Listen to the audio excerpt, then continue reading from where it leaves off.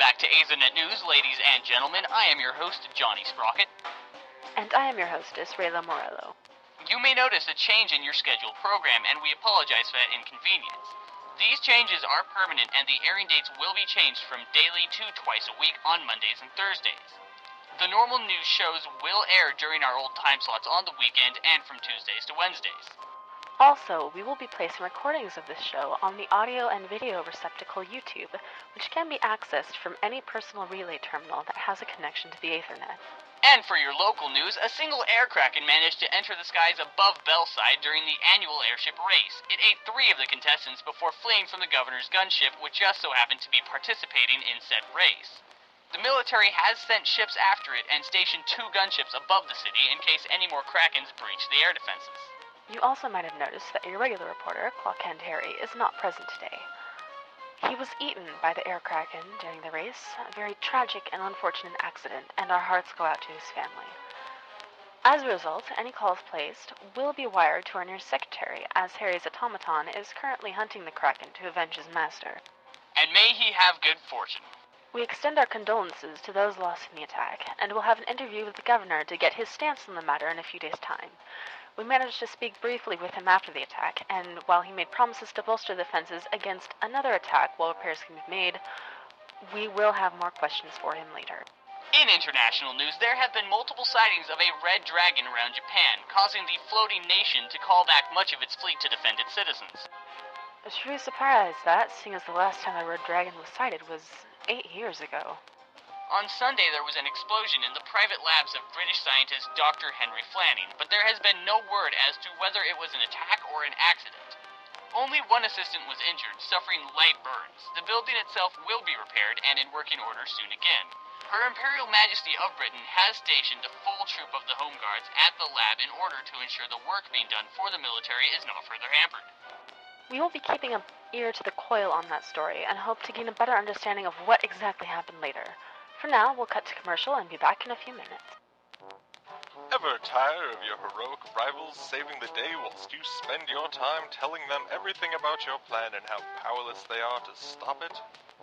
Fear not, for Winston Wallaby of Wallaby's Villainous Emporium has revealed his newest product, a new medicine for sufferers of chronic monologue disorder, or CMD.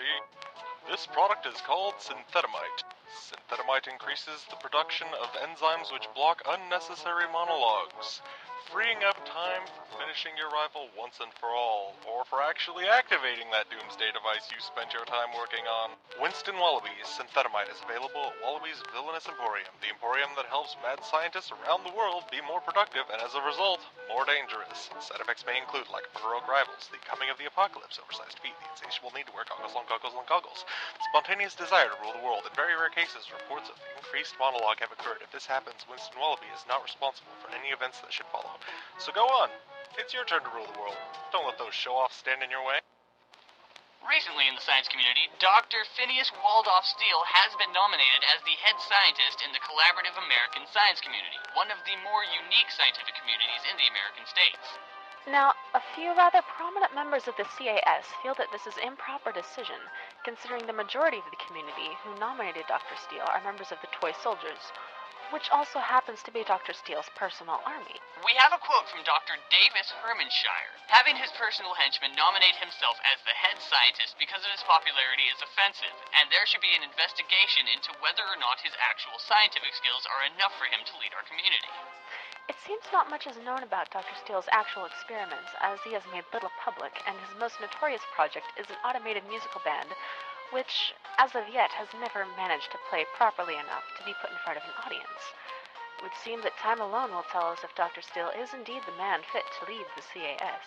Also in technology news, a new harvester module for Aether takers has been released, said to increase Aether intake by up to 50%. If this technology proves to be efficient, then Atlas Aether, the largest Aether company in the America, states it will install these new modules into 50 of its ships. Yes, the scientists in charge of development claim it is an attempt to lower the recently increasing Aether prices and increase Aether availability at the same time. And that, ladies and gentlemen, wraps up the Monday show of Aethernet News. As always, radio host Brendan Aniston will fill in the time remaining after our show with the selection of music until the next scheduled program. Be sure to tune in for the next show, which will air Thursday afternoon. This show has been brought to you by the Collective Committee for the Utopian Playland. Remember, only you can help Dr. Steele take over the world. For more info, visit drsteele.com and toysoldiersunite.com on the Aether.